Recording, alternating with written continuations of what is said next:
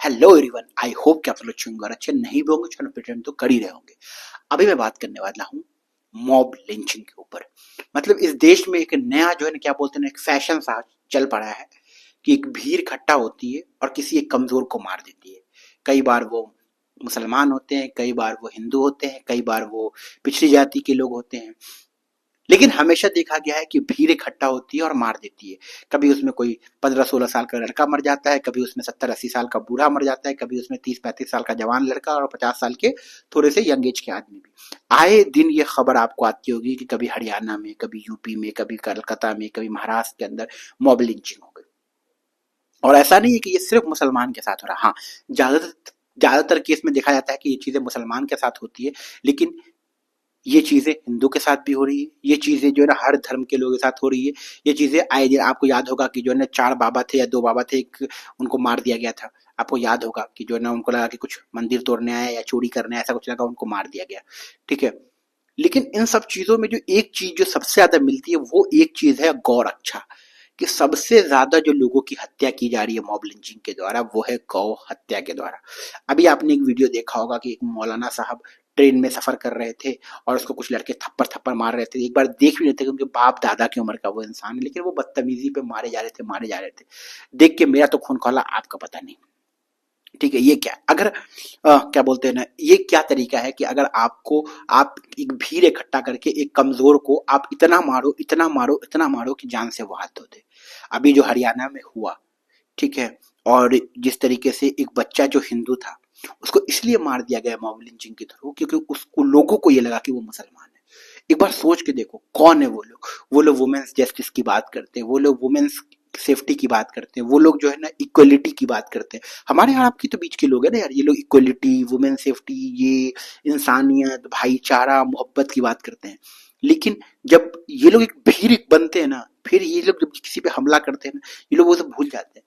और ऐसा नहीं है कि ये चीजें जो है हरियाणा, मैंने भी फील किया है। मुझे याद है कि एक बार हमारे गांव में एक्स वाई जेड एक लड़की थी, उसका कहीं पे एक्स वाई जेड रिलेशनशिप था। तो उसका बॉयफ्रेंड उससे मिलने आया, तो जो है ना गांव के कुछ लड़कों ने पकड़ लिया कि बार बार कोई मिलने आ रहा है, तो फिर उसको पकड़ा और उसको बहुत मारा, बहुत इतना मारा, इतना मारा, पहले उसको मुंह नाक हाथ सबसे खून गिर रहा है। लेकिन हमारे जैसे कुछ लोग थे जो लोग बोले भाई तुमको किसने हक दिया इसको मारने का, तुम कौन होते हो। लेकिन तब तक बहुत लेट हो चुका था, हमारे हमको भाईजान को पहुंचते पहुंचते बहुत लेट हो चुका था। तब तो ये लोगों ने अच्छे से कूट दिया था उसको। लेकिन अब वो खुदा ना खास्ते वो मर जाता, कुछ हो जाता, आपको किसने हक दिया। वो लड़की से मिलने आ रहा था, वो कुछ कर रहा था, जो भी कर रहा था उसका पर्सनल मैटर है, आपको गलत लगा आप उसको पुलिस के हवाले कर दो। बट ठीक है, वो एक अलग पॉइंट है। अभी मैं बात कर रहा हूँ मॉब लिंचिंग में जो लोगों की जान जाती है। खास करके आप आजकल एक नया फैशन है गौरक्षा के नाम पे। मुझे समझ में नहीं आता है लोगों को प्रॉब्लम हमेशा छोटे लोगों से क्यों होती है। एक गाय बेचने वाले से इतनी प्रॉब्लम कि उसकी जान ले लो। लेकिन कभी वो लोग, जैसे मैं एक एग्जांपल देता हूँ, मोनू मानेश्वर एक बंदा है जो गौरक्षा के नाम पे लोगों का, कई सारे लोगों का मर्डर कर चुका है। ठीक है। आप सोचो कि उस बंदे ने कभी सवाल नहीं खड़े किए कि इंडिया से इतना ज्यादा बीफ एक्सपोर्ट क्यों होता है। मैंने कभी उसकी वीडियो नहीं देखी। एक हैदराबाद का एक बंदा है कुछ करके जो है ना बहुत उल्टे पुल्टे बयान देता, मैंने उसको भी कभी नहीं देखा इस चीज से बात करते हुए। हिंदुस्तान के अंदर जो बीफ एक्सपोर्ट कंपनीज है उसके ऑनर कौन है, कौन चला रहा है, उसको इस पे सवाल करते खड़े करते मैंने कभी नहीं देखा। ठीक है। प्रॉब्लम कहाँ है ना कि वो लोग सवाल खड़े नहीं करते, लेकिन वो लोग गौ रक्षा के नाम पे या किसी चीज की रक्षा के नाम पे वो लोग टारगेट जो कैसे करते, एक मजदूर जो ऑटो पे एक जानवर को लेके जा रहा था पकड़ के उसको मार दिया और बोलते कि मैंने गौ की रक्षा कर ली। अगर सच में बोलूं ना कि अगर गौ को अगर जबान होता, अगर वो बोल पाती ना, वो ही बोलती कितना गधा है बे तू।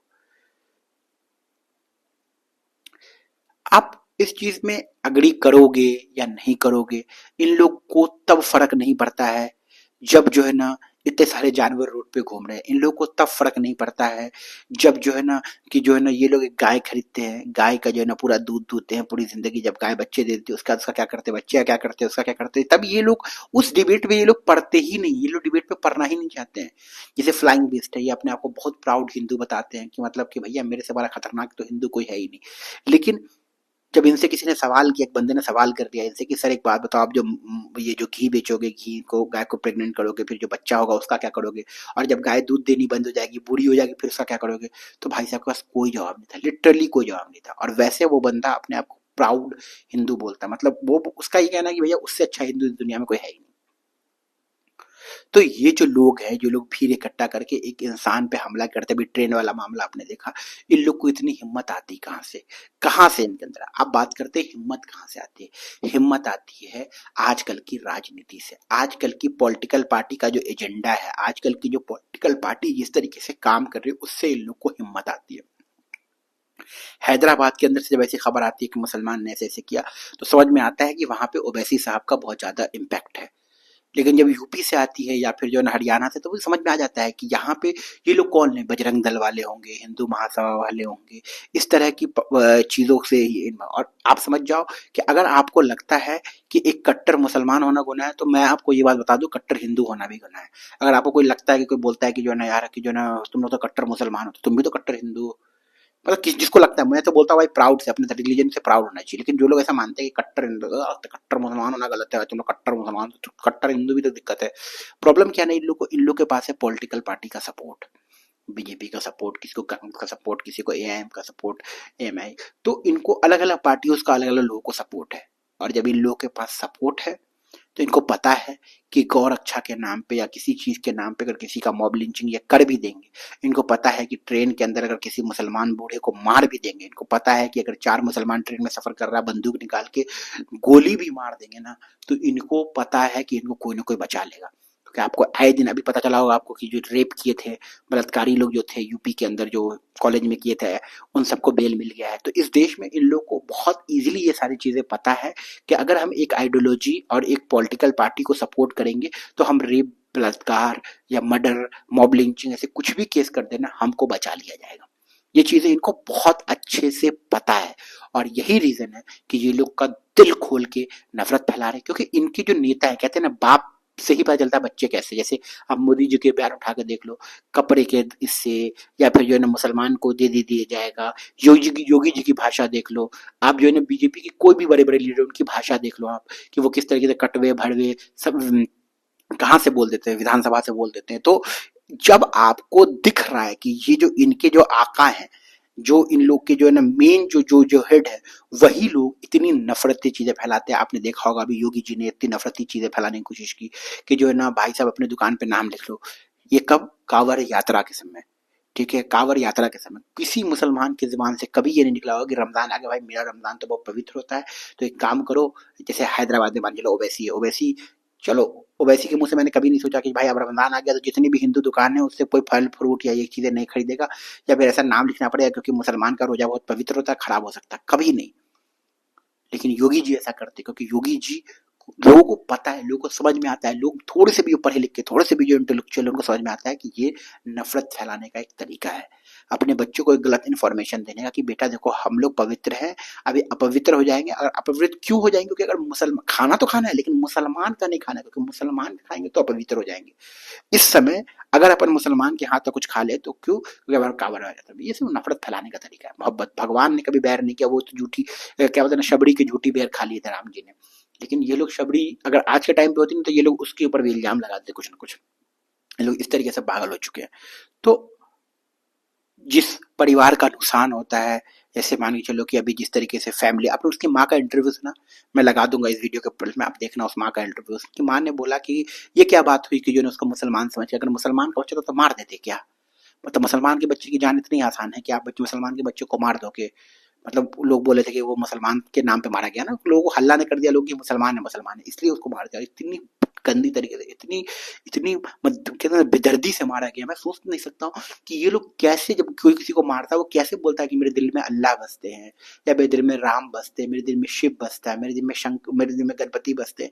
ये ये वो लोग हैं जो लोग ऐसे बताते हैं मेरे दिल में जो है ना, क्या बोलते हैं ना, डॉक्टर भीमराव अम्बेडकर साहब बसते हैं। ये लोग ऐसी बातें करते कि उनके दिल में ये है, और उनके दिल इतना कैसे मजबूत हो जाता है कि किसी को वो काट देते, किसी को मार देते, किसी का रेप कर देते, किसी का बलात्कार कर देते।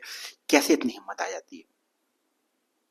तो भैया सरकार से मेरी यही गुहार है कि ये मॉब लिंचिंग बंद हो। पहले तो सरकार खुद ही बंद करे नफरती बयान देना, नफरती चीजें करना, पॉलिटिकल जो लोग नफरती चीजें थोड़ी सी भी करते 0.1% उनके खिलाफ स्ट्रिक्ट एक्शन लेना। सिर्फ इन लोग को सच बोल दो तो मिर्ची लगे। जैसे मैं बोल रहा हूँ, हो सकता है कभी मेरे ऊपर एक्शन ले लिया जाए क्योंकि मैं बोल रहा हूँ, ठीक है, लेकिन जो इससे बुरा बोल रहे हैं, जो इससे बुरा कर रहे हैं, उसके खिलाफ कोई एक्शन नहीं लिया जा रहा है। कोई अगर कहते हैं ना कि वही वाली बात है कि कोई अगर जो है ना थोड़ा सा रामायण और महाभारत में मूवी में एक बिकिनी पहन ले ना, अगर कोई मतलब मान चलो कि दीपिका भी, तो इससे इनका फीलिंग आहत हो जाता है। लेकिन कोई इनके हिंदू भाई जाके किसी एक इंसान का गला रेत दे, मार दे, काट दे, तो इनका फीलिंग हर्ट नहीं होता। क्यों? क्योंकि गौर अच्छा है, गौर अच्छा के नाम में मर्डर करना इन लोग के लिए जायज है। लेकिन एक कोई लड़की बिकिनी अगर ब्राउन ऑरेंज कलर का पहन ली तो इनसे इसको तकलीफ है। दैट्स कॉल्ड टोटली हिपोक्रेसी, दोगलापन या फिर घटियापन जो कह लो आप। बाकी बस इतना ही कहूंगा कि सरकार से रिक्वेस्ट ही कर सकते हैं, और क्या कर सकते हैं कि प्लीज स्ट्रिक्ट कानून लाएं। मध्य प्रदेश और राजस्थान के अंदर से सबसे ज्यादा रेप वेप हिंदू मुस्लिम की खबरें आती हैं। हरियाणा से बहुत ज्यादा खबरें आती हैं। तो रिक्वेस्ट है हाथ जोड़ के सारे नेताओं से जो सिर्फ नफरत की दुकान चला रहे हैं, प्लीज आप लोगों से रिक्वेस्ट है कि अपनी नफरत की दुकान बंद करें। मैं जानता हूं कि अगर आप नफरत की दुकान बंद कर देंगे तो आपको वोट मिलना बंद हो जाएगा, आपको जो है ना आपकी सत्ता पलट सकती है। अगर आप नफरत की दुकान नहीं चलाओगे तो आपके लोग पैसे कैसे कमाएंगे, आपका धंधा कैसे चलेगा, मैं समझता हूँ। लेकिन आप भी तो ये समझो कि आपकी नफरत की दुकान की वजह से किसी के परिवार का एक बाप, एक बेटा, एक बच्चा, एक बेटी चली जा रही है। आप रेपिस्ट को बचाने आ जाते हो अगर वो आपकी आइडियोलॉजी से, आप आतंकवादी को बचाने आ जाते हो जिसपे एक्यूज है, आतंकवादी एक्यूज है, उसको बचाने चले आते हो। आप रेपिस्ट को बेल दे देते हो क्योंकि जो है ना वो आपकी आइडियोलॉजी को बिलीव करता है। आप जिसके ऊपर जो है ना आजीवन कारावास की सजा लेके उसकी माफी कर देते हो क्योंकि वो आपकी आइडियोलॉजी को बिलीव करता है। और फिर आप ही हमें बोलते हो सबका साथ सबका विकास, हिंदू मुस्लिम भाई भाई सब एक साथ हैं, ये है वो है, आप हम पे भरोसा रखो, हम सब कुछ देश के अंदर सही कर देंगे। कैसे भरोसा रखें? आप तो वो सारी चीजें कर रहे हो जिससे हमारा भरोसा टूट जाए। सरकार से ये कहना है मेरा।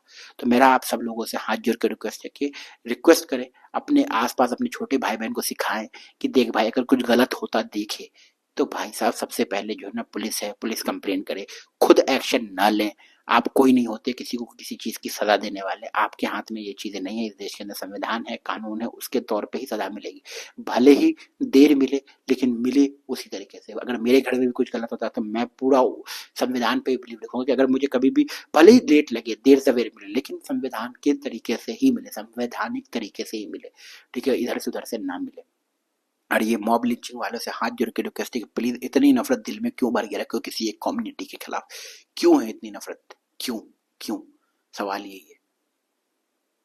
बाकी अब आपका क्या ओपिनियन इस चीज को लेकर कमेंट सेक्शन में बताएं।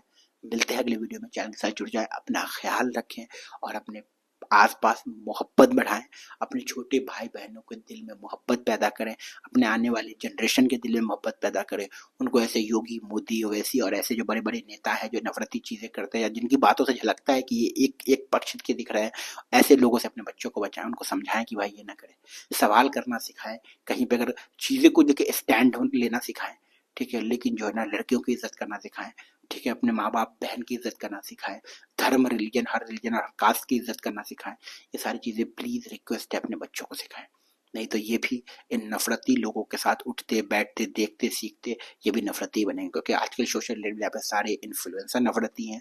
आप एक से एक उठा के देख लो, रजत दलाल से लेके एलविश यादव से लेके कोई भी देख लो, लक्ष्य चौधरी, ये सब सम्राट भाई, ये सब नफरती लोग हैं। ये सब नफरत की दुकान चला रहे हैं। और अगर आपके बच्चे इनके चक्कर में पड़ेंगे तो वो भी नफरती बन जाएंगे। तो प्लीज हाथ जोड़ के रिक्वेस्ट है कि अपने बच्चों को नफरती दंगाई होने से बचा ले। बाकी आपका क्या ओपिनियन इस चीज को लेकर कमेंट में बताएं। मिलते हैं अगले वीडियो में, अपना ख्याल रखें। Bye bye.